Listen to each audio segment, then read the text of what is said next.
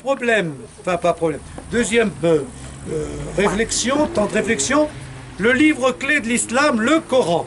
Alors, pour les musulmans, le Coran est plus qu'un livre, est plus qu'un ensemble de messages divins, c'est la présence de Dieu. C'est l'incarnation. C'est moi qui ai mis le mot, hein, pour dire de Dieu, oserions-nous dire, nous chrétiens.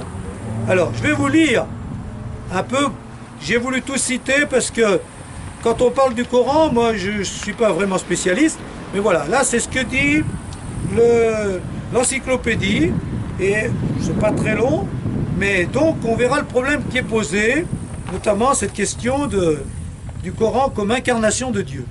Matériellement, le Coran réunit les révélations tenues pour avoir été reçues par Muhammad depuis 610 jusqu'à sa mort en 632, soit approximativement 6400 versets. Il s'agit d'un ensemble de fragments de longueur très variable, de 3 versets jusqu'à plus de 100 parfois. Du vivant du prophète, ces fragments étaient appris par cœur et transmis oralement. Donc c'est un peu comme l'évangile, comme la Bible, hein. Il y a eu beaucoup de transmissions orales avant qu'il y ait un écrit. Hein. Même s'il n'est pas exclu que des passages aient été notés sur des supports écrits, le rôle de ces derniers a été secondaire. Le Coran a gardé ce caractère oral jusqu'à l'initiative officielle, généralement attribuée au calife Othman vers l'année 650. Et donc c'est pas Mohammed qui a écrit. Hein? Donc il a donné ces messages qui ont été transmis oralement et on les a fixés par écrit, donc quelques années après. Un peu comme les évangiles aussi, hein? C'est pareil. Hein? De mettre la totalité de son texte par écrit dans une version qui ferait seule autorité. Donc ce texte est découpé en 114 chapitres. Les sourates, hein, vous entendez ce nom, ce sont des chapitres avec des versets répartis en fonction de critères que nous ne connaissons pas. Leur contenu tient en quelques thèmes récurrents, donc les grands thèmes, exhortation à croire en un Dieu unique et à ses prophètes, soit actuellement à Muhammad, bien sûr, et en la résurrection après la mort, pour le paradis ou l'enfer, récits relatifs aux prophètes antérieurs, Abraham, Moïse et même Jésus. Je crois que Jésus est cité 27 fois dans quelque chose comme ça. Hein. De mémoire, on me l'avait dit, maintenant je crois que c'est autour de ça. Voilà. Et donc, venant illustrer la nécessité de suivre le message de Muhammad. Dénonciation des incrédules, des juifs et des chrétiens quand même aussi, sur des points de foi. Prescription rituelle ou juridique. Voilà, tout ce qui est contenu dans le Coran. Est-ce qu'il y en a qui l'ont lu le Coran parmi vous? Un petit peu. C'est comme ça, c'est juste. Moi je l'ai lu mais je n'ai pas trop de souvenirs. Alors je vais le relire peut-être l'année prochaine, je représenterai à partir de certains. Voilà. Bien. Pour les musulmans, le Coran. Alors voilà, ça c'est important. Ça c'est un objet de discussion, c'est évident. C'est une clé aussi de réconciliation ou de discussion en tout cas. Pour les musulmans, le Coran constitue une parole intégralement divine.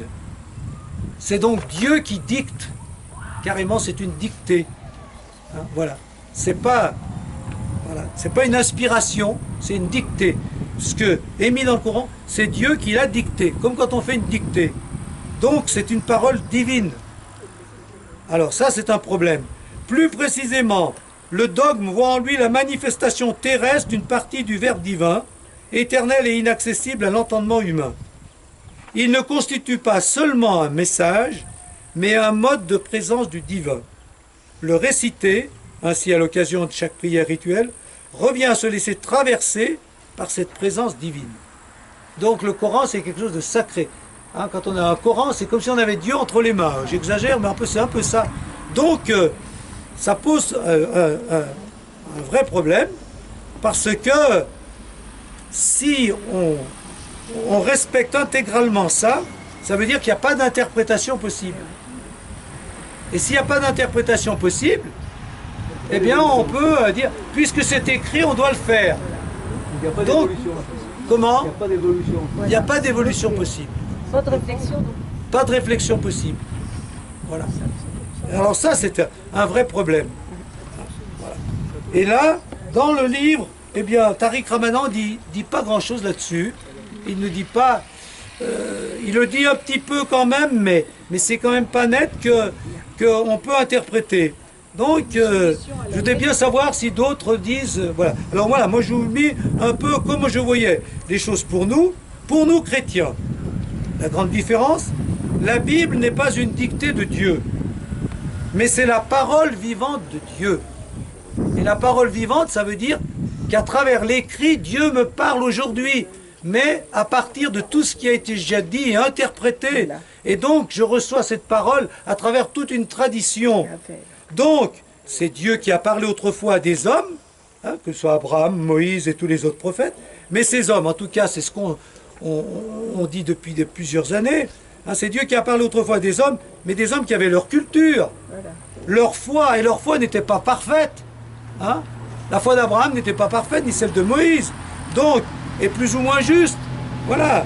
Donc, ils avaient leurs défauts, leurs problèmes, ils avaient leurs convictions, leurs valeurs. Et Dieu a parlé à ces hommes en les respectant avec tout ce qu'ils étaient. Donc quand ils ont écrit ce que Dieu leur disait, mais en même temps, ce que Dieu leur disait à travers tout ce qu'ils étaient. Et tout ce qu'ils étaient, ça apparaît. Donc pour retrouver la parole de Dieu, il faut traverser ce qu'ils ont été pour trouver la source, et c'est pas toujours évident, c'est ce qu'on appelle l'interprétation. Hein. Voilà. Et donc, après mais pour nous, c'est surtout Dieu qui nous parle à nous aujourd'hui, à partir de ce qui a été dit autrefois et écrit à une époque donnée, dans un contexte donné. Donc pour nous, lire la Bible, ce n'est pas être fidèle à la lettre des Écritures, de ce qui est écrit, mais essayer de comprendre ce que Dieu me dit à moi, nous dit à nous, aujourd'hui, à partir de ce qui est écrit et qu'on doit interpréter. Voilà. La meilleure manière actuellement, j'ai voulu être rapide, hein, de faire l'expérience de la Bible comme parole vivante de Dieu, c'est de faire des partages d'évangile. Quand on fait un partage d'évangile, vous en faites tous, eh bien, parfois on est éclairé par un exégète, ou par un commentaire, ou par un prêtre qui a fait de la théologie, très bien. Mais à partir de là, même si on est éclairé, qu'est-ce que Dieu me dit à moi? Eh bien, il n'y en a aucun qui comprend la même chose. On a tous 1000 manières. Et voilà, ça c'est la parole vivante. Et ça c'est la beauté de la Bible. Dieu me parle, nous parle. Alors, donc on doit, évidemment, pas s'approprier en ce sens que, voilà, moi je sais ce que Dieu me dit. Non, on a besoin aussi des autres. On a besoin d'être éclairé par des spécialistes. Mais n'empêche que, au fond de tout ça, c'est qu'est-ce que Dieu me dit à moi et qu'est-ce que Dieu nous dit à nous. Donc on voit alors que Dieu parle à tous aujourd'hui de manière différente, je dis, et personnalisée pour chacun.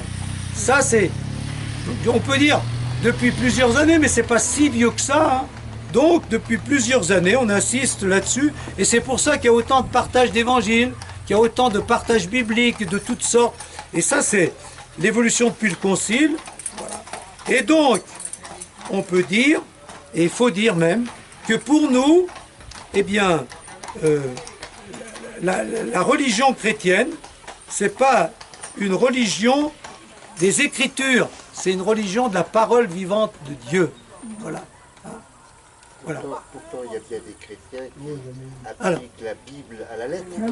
Eh bien justement, c'est ceux qui appliquent la Bible à la lettre. C'est surtout un récit. C'est surtout... La Bible, c'est surtout le récit de la vie de Dieu. C'est pas... Comment? La Bible, c'est pas forcément que des préceptes. C'est autre chose. C'est le récit. Alors, monsieur, vous rejoignez. Qu'est-ce qu'il va faire? Faut les pousser. Allez voir, allez voir. On va faire une petite pause méditation avec la voiture.